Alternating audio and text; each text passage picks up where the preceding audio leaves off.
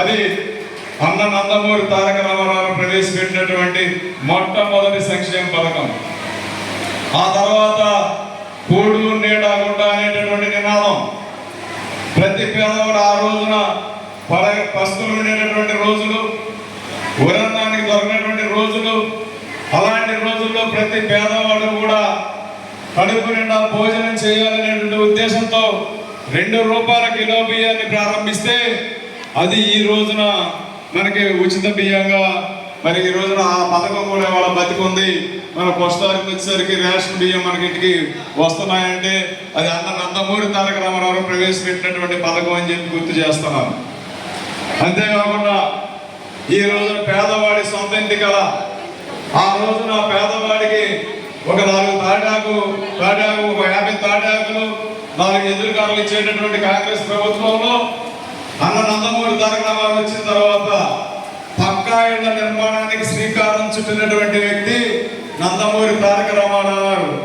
ఈ రోజున ప్రతి ఒక్కళ్ళు కూడా ఇక్కడ ఉన్నటువంటి వాళ్ళు చాలా మంది ఇళ్ళు అడుగుతూ ఉన్నారు.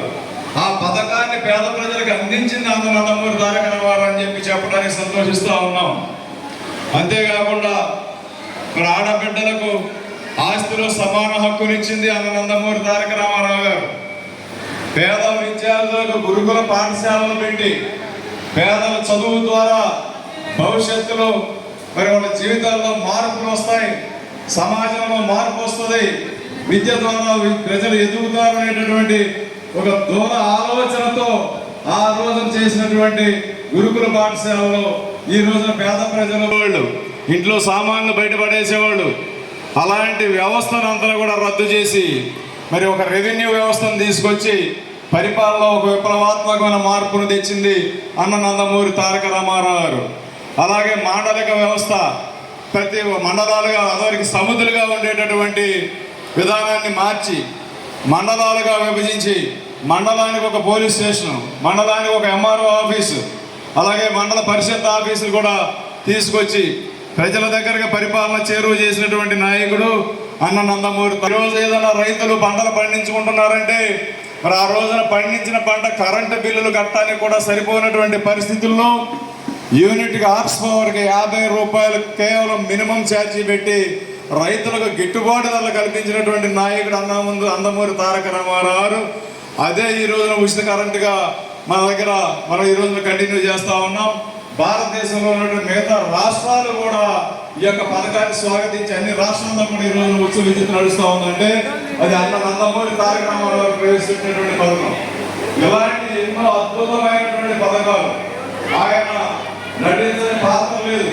ఇక పేదగా, రాజుగా, వ్యవసాయ కూలీగా, రాముడిగా, కృష్ణుడిగా, దుర్యోధనుడిగా, భీష్ముడిగా అన్ని రకాల పాత్రలు పోషించి మానవ జీవితంలో ఉన్నటువంటి కష్ట సుఖాలని తెలుసుకొని మరి ప్రజా సేవలో పునర్గతమై ప్రజల కోసం మరి ఆయన చేసినటువంటి సేవలు ఈ రోజున ఆయన మన దగ్గర లేకపోయినా, భౌతికంగా దూరమైనా ఆయన తెలుగు ప్రజల గుండెల్లో సూర్యచంద్రులు ఉన్నంతకాలం కొలువు ఉంటారనేది నగ్న సత్యం. ఈ సందర్భంగా మీకు తెలియజేస్తా ఉన్నా.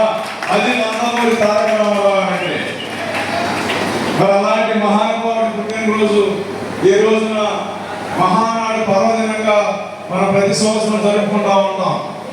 మరి దానిలో భాగంగా నిన్న ఈ రోజు ఇక్కడికి వచ్చినటువంటి ఈ యొక్క అభిమానులు, అశేష పార్టీ కార్యకర్తలు, మహిళా మండలందరి సమక్షంలో అన్న నందమూరి తారక రామారావు జన్మదిన సందర్భంగా ఈ వేదిక కట్టించవలసిన తెలుగుదేశం పార్టీ నాయకులని శ్రేణులే కోరుతా ఉన్నా.